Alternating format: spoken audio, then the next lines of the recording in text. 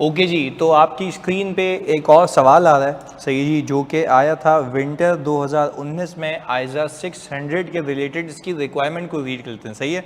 इधर देखिएगा, रिक्वायरमेंट ये कहती है इसकी, क्रिटिकली इवेल्युएट करें जो कि एक्सट्रैक्ट्स दिए गए प्लानिंग मेमोरेंडम के, सही जी, जो कि प्रिपेयर किए हैं बाय द ऑडिट सीनियर, और अगर उसमें आपको कोई मसले मसाइल दिखते हैं तो आप काइंडली उसको एडवाइस करें कि अब उसको करना क्या चाहिए।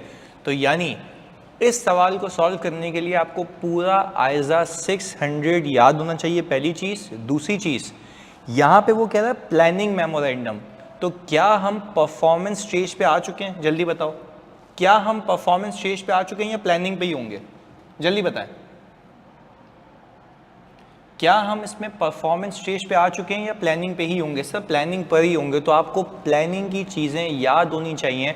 अगर मैं आपको रिकैप दूं, हल्का सा रिकैप दूं, तो प्लानिंग मेमोरेंडम के अंदर क्या आप ये मुझे बात समझाएं कि प्लानिंग जब कर रहे होते हैं तो क्या आप ये सोच रहे होते हैं कि मुझे किस किस कंपोनेंट पे काम करना है या नहीं करना, ये सोचते हैं? हाँ जी, क्या आप ये देखते हैं कि कोई कंपोनेंट मेरे लिए सिग्निफिकेंट है या नहीं है? ऐसा है। और अगर किसी कंपोनेंट पे आप काम कर रहे होते हैं तो क्या आप ये भी देख रहे होते हैं कि आप लोगों की कितनी इन्वॉल्वमेंट होगी वहाँ पे? याद आ रहा है, सारी बातें याद है कि कितनी इन्वॉल्वमेंट होगी आपकी? अच्छा, कितनी इन्वॉल्वमेंट होगी आपकी किसी कंपोनेंट के ऊपर जहाँ पे कंपोनेंट ऑडिटर होगा? उसके लिए कुछ फैक्टर्स याद हैं? लिख के बताते हो एक दो, लिख के बताते हो एक दो कि क्या फैक्टर्स थे जिसके लिए आपने सोचा था कि यार अगर फॉर एग्जांपल एक नया कंपोनेंट होगा तो वहाँ पे मेरी इन्वॉल्वमेंट ज़्यादा होगी, जहाँ पे कॉम्प्लेक्स इन्वायरमेंट होगा वहाँ पे मेरी इन्वॉल्वमेंट ज़्यादा होगी। ये सारी चीज़ें याद है? एक न्यू कंपोनेंट ऑडिटर है जिसकी हिस्ट्री आपको नहीं पता और वो न्यू टू द इंडस्ट्री है, तो वहाँ पे आपकी इन्वॉल्वमेंट ज़्यादा होगी। तो ये सारी चीज़ें आपने मद्देनज़र रखनी है while commenting on the course of action. बात क्लियर है? तो चलें जी, आपके सामने लिखा हुआ है ये HT Raghib and company chartered accountants यानी HTRC, ये फर्म का नाम है, is a member of an international firm of chartered accountants. HT network यानी HTRC has offices in Karachi, Lahore and Islamabad. पहले जब जैसे ही आपने ये देखा मेरे बच्चों, तो क्या आपको ये बात समझ आती है कि अगर इसके ऑफिसेस कराची, लाहौर और इस्लामाबाद में, तो क्या ये कॉमन नेटवर्क शेयर करते होंगे, कॉमन पॉलिसी शेयर करते होंगे?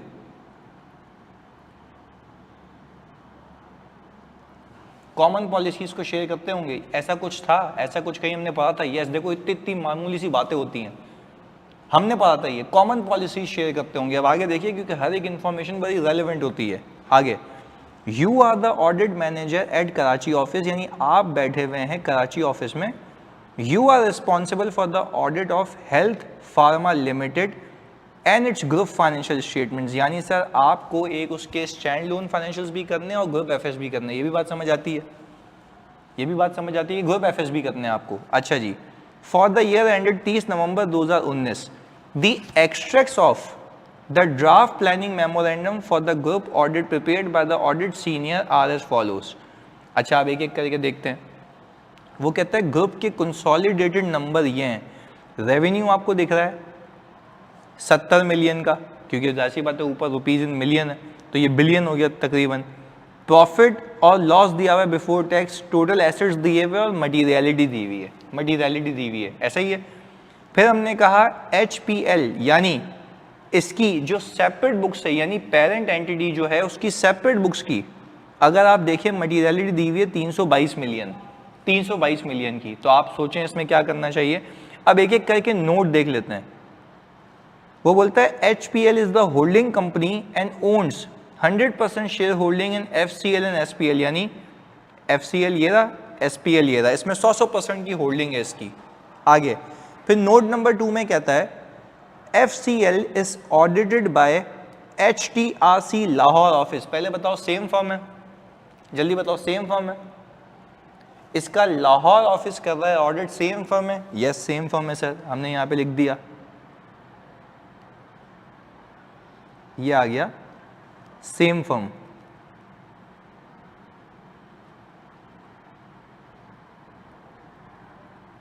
चलें जी, आप बताएंगे, मैं कुछ नहीं कह रहा।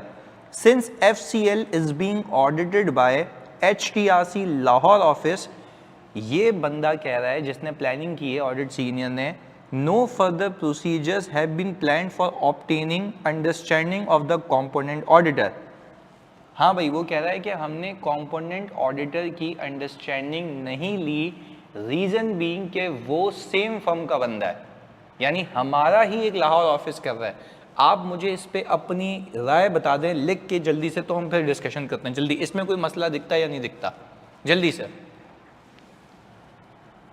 We are at the planning stage.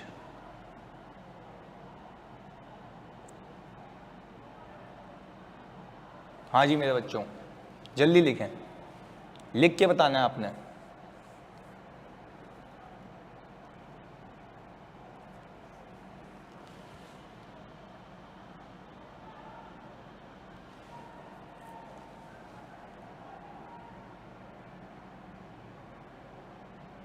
Very good Michel, but इसको थोड़ा सा और बना के लिखना है, और अच्छे से लिखना है। यानी आप जब किसी को क्रिटिसाइज करेंगे या उसकी क्रिटिकल इवैल्यूएशन करेंगे तो कुछ तो चीज़ें दिमाग में होंगी ना आपके, कि इसलिए आप कह रहे हैं, तो वो वजह भी तो बताएंगे ना, क्योंकि वो कह रहा है ना कि एडवाइस करें course of action.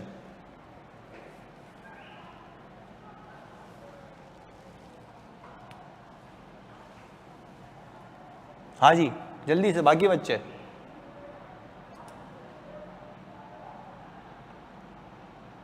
Irfan, Afaq, Faez,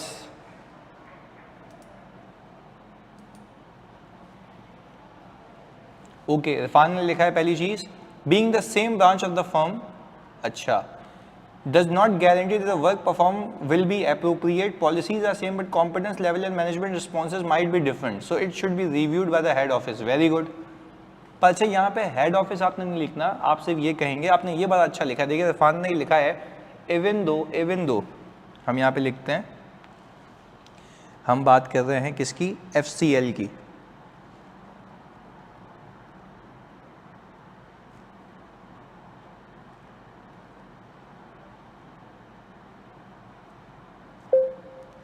Even the auditors of FCL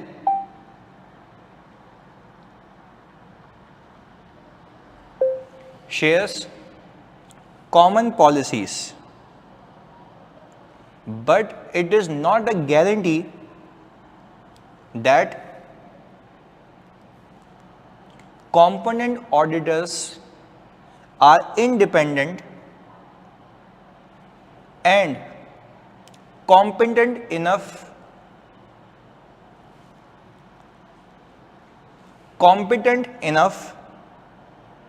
to perform audit that will help us in forming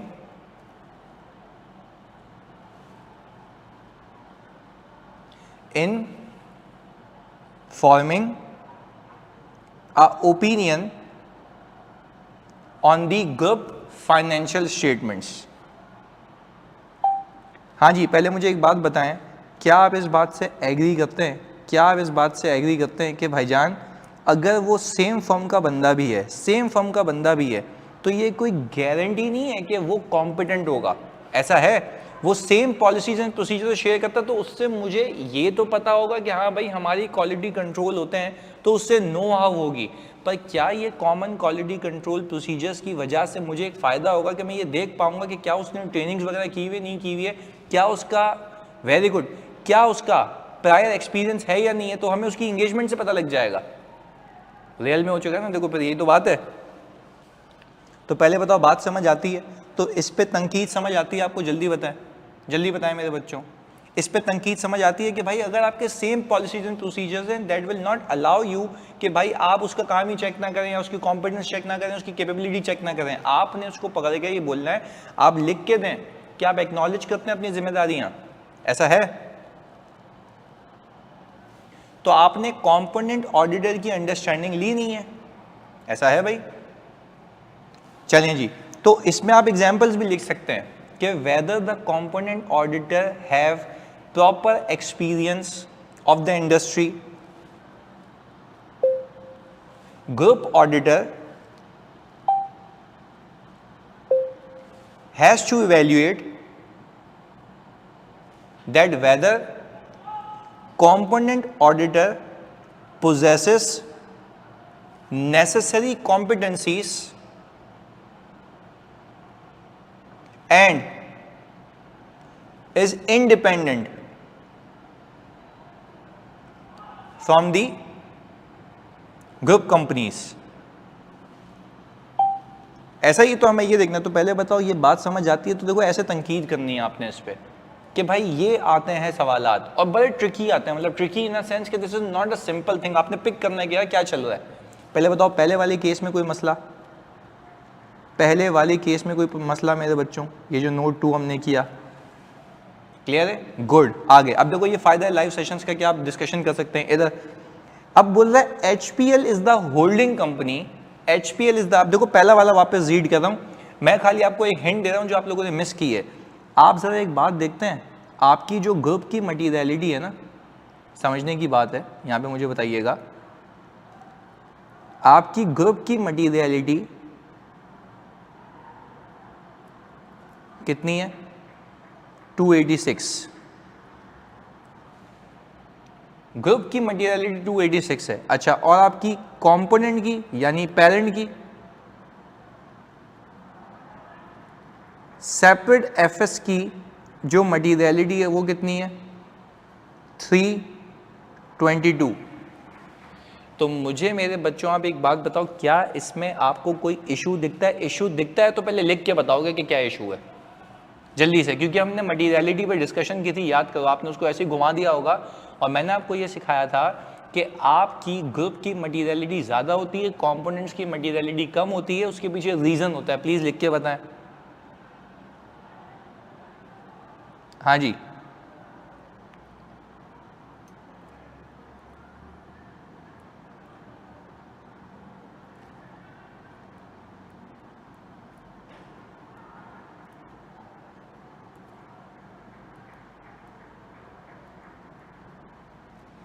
हाँ जी, components materiality should be set at lower level, why? Please लिख के बताओ। कंपोनेंट की materiality lower level पे set होती है, Y? Please लिख के बताओ। हाँ जी,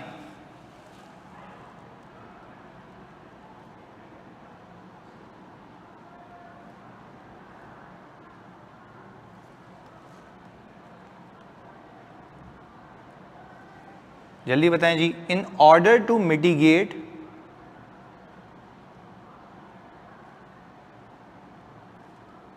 risk of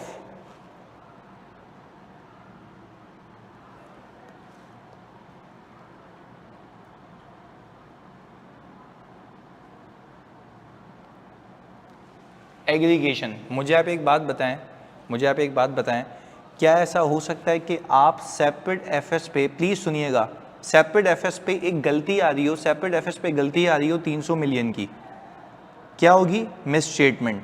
ऐसा है, सेपरेट एफएस पे मिस स्टेटमेंट आ गई 300 मिलियन की। आप मुझे बताओ कि आप सेपरेट एफएस को क्वालिफाई या मॉडिफाई करोगे? जवाब दो जल्दी से।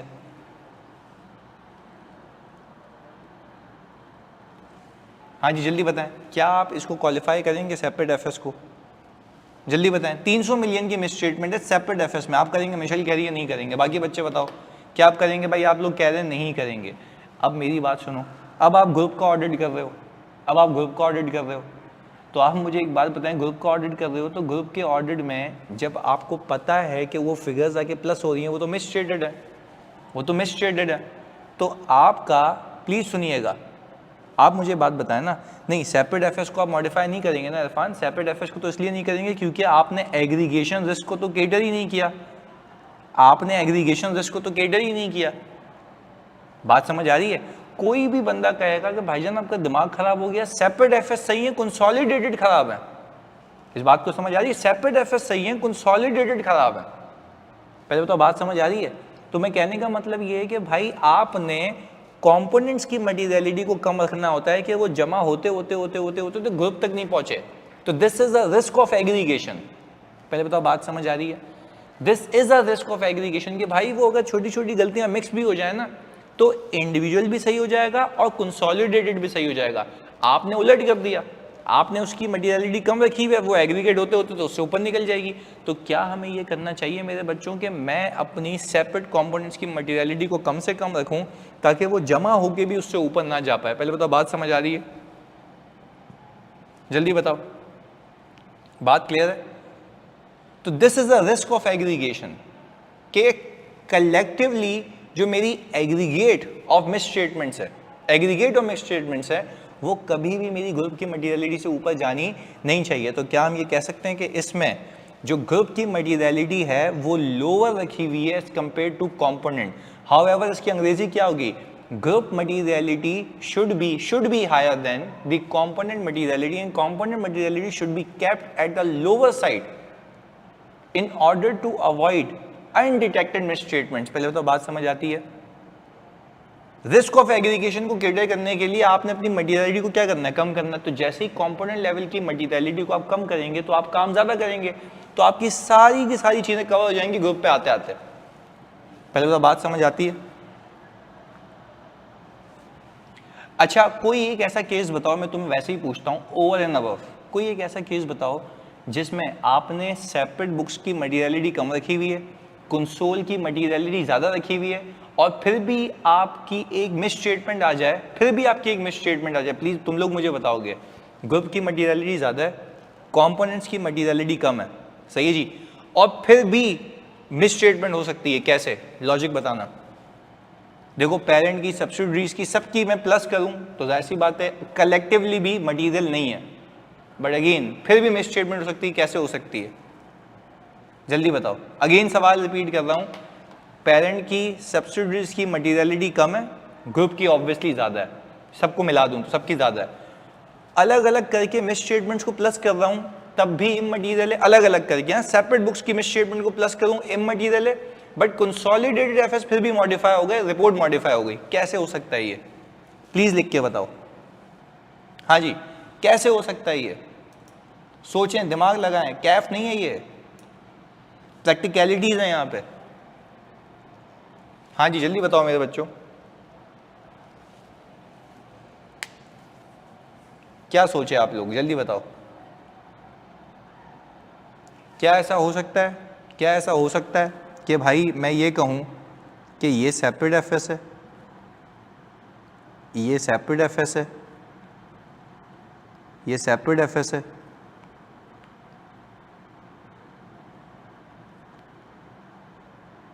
ये ग्रुप के एफएस हैं, all the misstatement added together are above the materiality level? No, गलत। मैं कह रहा हूँ सारी मिस स्टेटमेंट्स को प्लस कर रहा हूँ ना सेपरेट एफएस की, ये भी सेपरेट है, ये भी सेपरेट है, ये भी सेपरेट है, इन सबको ऐड कर रहा हूं ना, इन सबको ऐड कर रहा हूं, तो मटीरियलिटी से मिस स्टेटमेंट कम है, लेस देन है। पता है ये कब हो सकता है? जब यहां से यहां आने में, जल्दी बताओ, मैं एक हिंट दे रहा हूं आप लोगों को, यहां से यहां आने में क्या मसला हो? जल्दी बता दो यार। ये अलग अलग सही है, अलग अलग एफएस पे सही है। वेरी गुड फाइज, अब जवाब दिया है, इतना बताने के बाद जवाब दिया आप लोगों ने। इंट्रा ग्रुप एडजस्टमेंट्स, क्या हम कह सकते हैं कि there could be an error in consolidation process? जल्दी बताओ, क्या आप ये कह सकते हैं there could be an error in consolidation process का एरर हो सकता है? तो अगर कंसोलिडेशन प्रोसेस का एरर हो सकता है तो क्या वो मिस स्टेटमेंट सेपरेट बुक्स पे एग्जिस्ट करती है? जवाब दो, जल्दी जवाब दो। क्या वो मिस स्टेटमेंट सेपरेट बुक्स पे एग्जिस्ट करती है? जल्दी बताएं। नो, नहीं करती। बट क्या वो कंसोलिडेटेड बुक्स पे एग्जिस्ट करती है? Yes, but due to the fact ये कि वो वहाँ से अमाउंट उठ के गलत आई है। जल्दी बताओ, क्या ड्यू टू द फैक्ट कि वहाँ से अमाउंट उठ के गलत आई है? नो, वहाँ से तो उठ के गलत नहीं आई है, बट क्या यहाँ पे कंसोलिडेट होते हुए उसमें एरर हुआ है? ऐसा ही है, यहाँ पे कंसोलिडेट होते हुए उसमें एरर हुआ है। यस। तो पहले बताओ मेरे बच्चों, ये कहानी समझ आई? ये कहानी समझ आती है? Very good. तो इसमें अवेयर रहना है आपने। चलें आगे, हमने कहा ये पहला भी हो गया। अब तीसरा आप बता देंगे तो मज़ा आ जाएगा। तीसरा है fair cosmetic limited. Fair cosmetic limited देखो उसके लिए क्या कहता है। अच्छा ये तो हो गया। सर्विस प्राइवेट लिमिटेड की बात कर रहा है, एसपीएल। वो कह रहा है एसपीएल 2014 में यूएई में इनकॉर्पोरेट हुई थी and is being audited by a member firm of HT Network in UAE। क्या ये HT Network हमारी कोई फर्म है? हाँ जी, HT Network हमारी है, हमारा नेटवर्क है। यस, HT Network हमारा नेटवर्क है। अच्छा जी, यानी क्या ये भी same policies and procedure share करता है? क्या ये भी same policies and procedure share करता है? जल्दी बताएं। यस, पर आउटसाइड पाकिस्तान है। Okay. Since SPL operates in a foreign jurisdiction, detailed audit procedures have been planned and confirmation will be sent to assess the component auditors' ethics, competence and the regulatory environment। हाँ जी, वो बोल रहा है कि मैंने इस component को इसलिए सेलेक्ट किया और मैं इस पर डिटेल काम करूंगा, मैं इसके ऊपर डिटेल काम करूंगा, और डिटेल काम इसलिए करूंगा क्योंकि ये पाकिस्तान से बाहर है। आपका ओपिनियन इस पे क्या बनता है तो प्लीज़ लिख के बताएं। हाँ जी जल्दी बताओ, आपका ओपिनियन इस पे क्या बनता है?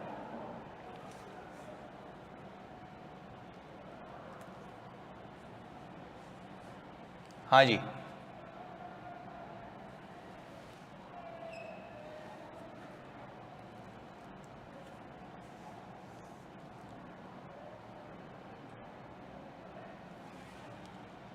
Very good Irfan. हाँ जी, बाकी बच्चों?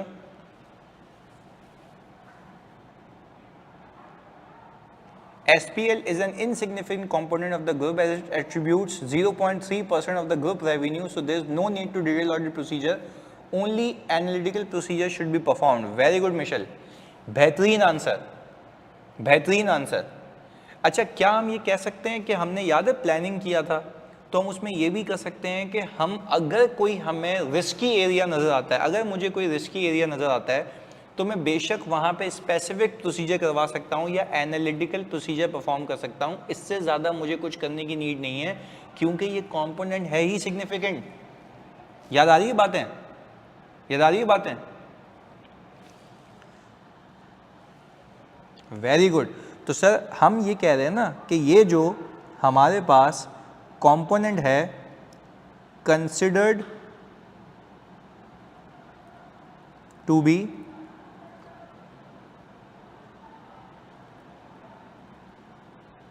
इनसिग्निफिकेंट और एनालिटिकल प्रोसीजर्स भी सफाई हैं इसके ऊपर। तो अच्छा, अब आखिरी फिर इसके हम सोल्यूशन को रीड करते हैं जल्दी से। अब आपने, क्योंकि जाहिर सी बातें हो सकता है FAFR में हर कोई मेरे उन लेक्चर्स पे नहीं पहुंचा हो जो भी FAFR यहाँ से ले रहा है, कि मैंने आपको कॉम्प्लेक्स ग्रुप सिखाया है और डिस्पोजल सब्सिडी भी सिखाया है। अगर आप साल के बीच में सब्सिडी को बेचते हैं ना तो उसके 6 महीने के बैलेंसेस कंसोलिडेट होते हैं। 6 महीने के बैलेंस, अगर फॉर एग्जांपल मैंने जुलाई में सब्सिडी बेची है तो क्या 6 महीने वो मेरी सब्सिडी थी? हाँ या ना में जवाब दो। 6 महीने थी, तो 6 महीने अगर वो मेरी सब्सिडी थी तो उसका प्रॉफिट मैं कंसोलिडेट करता हूँ और दिखाता हूँ उसको शेयर ऑफ डिसकंटिन्यूड ऑपरेशन, यानी प्रॉफिट फ्रॉम डिसकंटिन्यूड ऑपरेशन में। यानी प्रॉफिट तो आया पर वो ऑपरेशन मैंने डिसकंटिन्यू कर दी, यानी एक सब्सिडी निकाल दी। अब देखते हैं क्या कहता है ये। HPL has disposed of its entire shareholding in QCL, a wholly owned subsidiary, at a gain of rupees 450 million. QCL is being audited by HTRC's Islamabad office, again same firm. Since QCL is no more a part of the group, no procedures have been performed. हाँ जी जल्दी बताएं क्या कह रहा है ये? बोल रहा है अगर हमने बेच दी तो इसका हमने कोई काम नहीं किया, और बेची कब है? 30 जून को। आप बताएं इस पर क्या आपकी राय है अंग्रेजी में, जल्दी। हाँ जी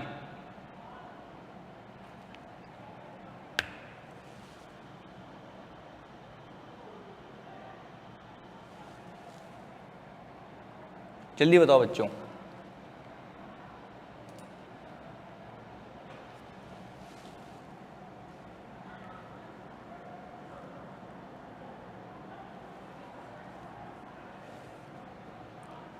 ओके जी, मिशेल ने लिखा है, वेरी गुड।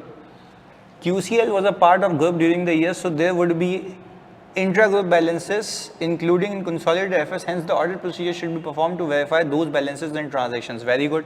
आप ऊपर थोड़ा सा और इम्प्रूव कर सकती हैं मिशेल, आप लिखें QCL was a part of the group during the year की जगह आप लिखें since QCL has been disposed of in the current year, so half year balances यानी half year balances of P&L should have been consolidated.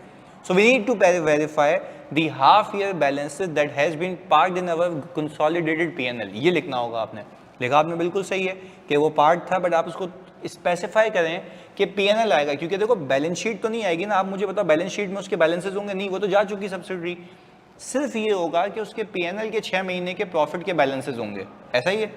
तो ये बिल्कुल सही pick किया आपने, वेरी गुड। अच्छा, QCL is not part of the group but the revenue for 6 months of QCL is still the part of the group. Revenue नहीं, profit. So 6 months profit should be consolidated and must have been consolidated in the group financial statements. और मैं यही करूँगा क्योंकि देखो आपको पढ़ने का फ़ायदा इसलिए यहाँ पे क्योंकि मैं FFR और दोनों का टीचर हूँ, तो मैं आपको ये भी बताता रहूँगा कि कहाँ कहाँ FFR की इम्प्लीकेशन है, तो खुद पिक करोगे। क्लैरिटी है आगे। So audit procedure should be perform on the balances. Very good, बात क्लियर है जी। अच्छा जल्दी बताओ, इसको रीड कर लें, इसको रीड कर लें जी, आ जाएं। हम सबसे पहले ये देखें, ये वाली बात, audit senior has determined the materiality of the group at 286 million whereas the materiality of HPL is determined 322 million. It seems that the audit senior has either calculated a higher materiality level for HPL or a lower materiality level at the group level to reduce to an, अब देखो ये सुनना, ये बड़ी अच्छी बात है sir, profit और रेवेन्यू का समझा दें सर। देखो मसला ये है कि जब आप कंसोलिडेशन करते हैं तो क्या सिर्फ रेवेन्यू की फिगर भी लाते हैं या एक्सपेंसेस भी लाते हैं? जल्दी बताओ इरफान। हाँ जी, एक्सपेंसेस भी लाते हैं ना, तो टेक्निकली जो आप कंसोलिडेट करेंगे वो तो प्रॉफिट करेंगे ना, और जब कोई सब्सिडरी बिक जाती है तो वो उसका एक लाइन आइटम आता है। वैसे तो लाइन बाय लाइन कंसोलिडेशन होती है ना, सेल्स में, कॉस्ट में, एक्सपेंस में, पर जब कोई सब्सिडरी बेच देते हो तो उसका पूरा प्रॉफिट एक लाइन आइटम में आ जाता है जिसको हम कहते हैं प्रॉफिट फ्रॉम डिसकंटिन्यूड ऑपरेशन। बात क्लियर है? ओके गुड, आगे फिर वो बोल रहा है टू रिड्यूस, ये बात सुनिएगा, ये अंग्रेजी आपको थोड़ी सी मेमोराइज करनी पड़ेगी। To reduce to an appropriate low level the probability that the aggregate of uncorrected and undetected misstatement in HPL separate financial statements exceeds the materiality for the group financial statement as a whole, HPL materiality shall be lower than the materiality of the group। यानी वो कह ये रहा है कि भाई आप इस रिस्क को कम करने के लिए, हेज करने के लिए, कि भाई aggregate of misstatements separate FS की उससे ऊपर चली जाए, तो इससे अच्छा आपको क्या करना चाहिए? लिख के बताओ, आपको क्या करना चाहिए इस रिस्क को रिड्यूस करने के लिए? जल्दी बताओ कि यहाँ की मिसस्टेटमेंट एग्रीगेट बेसिस से ऊपर नहीं जाए, क्या करना चाहिए? जल्दी बताओ, जल्दी बताओ क्या करना चाहिए? कि aggregate of misstatements of separate financial statements should not exceed the group materiality. What we need to do, जल्दी बताओ क्या करना चाहिए हमें? यही ना कि हम सेपरेट एफएस की मटेरियलिटी को लोअर लेवल पे रखें, ऐसा ही है। तो आपने ये अंग्रेजी लिखनी होगी टू रिड्यूस द रिस्क, और ये बात ना आयजा में लिखी हुई है, किसी ने आयजा रीड किया हो ना तो यहाँ पे लिखा हुआ होगा। किसी ने किया आयजा रीड? जल्दी बताओ, आयजा रीड किया? उसमें मटीरियलिटी के पार्ट में लिखा हुआ है, स्पेसिफिक लिखा हुआ है, तो वहाँ से उठा के लिख सकते थे आप, अगर आपको याद आ जाए कि भाई ये यहाँ से आया है। क्लैरिटी है? आगे जी, हमने कहा fair cosmetic limited, even though the Lahore office would be sharing the common policies, procedures and quality control procedure, it is still not a guarantee of competence for the group audit purpose. Multiple offices within the same firm may have their own variations of the firm quality। यानी वो कह रहा है यार हो सकता है कि कराची ऑफिस वाले चीते हों, लाहौर ऑफिस वाले फारिग हों, या लाहौर ऑफिस वाले अच्छे हों, कराची ऑफिस वाले फारिग हों, तो डिपेंड करता है ना कि वहाँ के माहौल और कंट्रोल इन्वायरमेंट कैसा है फर्म का। तो उसने बिल्कुल सही बात की, आप लोगों ने भी बताया था मुझे। सर्विस प्राइवेट लिमिटेड पे आते हैं। SPL can be considered as an insignificant component as its revenue is 0.39% of the group's revenue, assets 0.27 है, और सर ग्रुप के टोटल एसेट्स के furthermore that total revenue and total assets of SPL are below the group materiality level. यानी आप ये बात note किया आपने कि पूरे सवाल में आप देखें कि इसका टोटल रेवेन्यू मटेरियलिटी से कम है, यानी अगर पूरा रेवेन्यू भी गलत हो जाए तो क्या आपके ओपिनियन पे इफेक्ट आएगा? जल्दी बताओ। अगर पूरा रेवेन्यू भी गलत हो जाए उसका, क्या आपके ओपिनियन पे इफेक्ट आएगा? जल्दी बताओ, ग्रुप के पर्सपेक्टिव से प्लीज लिख के बताओ। वो यही तो कह रहा है कि अगर आप फिगर्स पे गौर करें तो उसका इंडिविजुअल रेवेन्यू और प्रॉफिट उसकी मटेरियलिटी से छोटा है, तो it will not impact the economic decision of user taken on the basis of FS. बात क्लियर है? अच्छा भाई आगे, quality chemical limited audit senior conclusion regarding the fact that no procedures to be performed on the dispose of component is not correct। देखो आपने पहले इसको challenge किया कि करेक्ट नहीं है ये। The revenue from 1 December to 30 June would be consolidated in the group financial statements after considering the significance of the revenue of that period। Audit guidelines must be communicated to the component auditor। यानी वो कह रहा है कि भाईजान आप ये भूल जाएं कि वो बिक गया तो आप इसका ऑडिट नहीं करेंगे, वो स्टिल हमारे रेवेन्यू का पार्ट बनेगा, प्रॉफिट्स का पार्ट बनेगा, और जैसे ही वो पार्ट बनेगा तो हम स्टिल कंपोनेंट ऑडिटर को इंस्ट्रक्शन देंगे कि भाई आप इस पे काम करके दें। पहले तो बात समझ आती है? हाँ जी मेरे बच्चों, बात क्लियर है? क्लियरिटी है? Okay good. अच्छा जी, अब हमने कहा सर ये तो हो गया एक सवाल हमारा। अब आज मैं आपको एक केस स्टडी होमवर्क देता हूं, आप वो करके आएंगे और फिर हम अगली क्लास में डिस्कस करेंगे और फिर अगली क्लास में हम नया चैप्टर शुरू कर लेंगे। बात क्लियर है? अब ऐसे ही आपको मैं पूरी एक फाइल देता हूं जिसमें आपके सारे के सारे ग्रुप ऑडिट के सवाल होंगे। ये कर लें, जल्दी बताओ। एग्रीड हो? पहले बताओ थीम समझ आ गई कि how to take on the questions, please बताओ। थीम क्लियर है? चलें डन। पर आप ये केस स्टडीज करके आएंगे जो मैं दे रहा हूं, इस पे पहले मुत्तफिक हो जाएं। डन। तो हम एक काम ये करेंगे, अभी एक ही दे रहा हूं, अभी एक दे रहा हूं फिलहाल, सही है जी? ये आप करके आएंगे और फिर हम अगली क्लास में डिस्कस करेंगे इसको। सेट है? चलें डन हो गया, गुड। चलो जी, अल्लाह हाफिज़।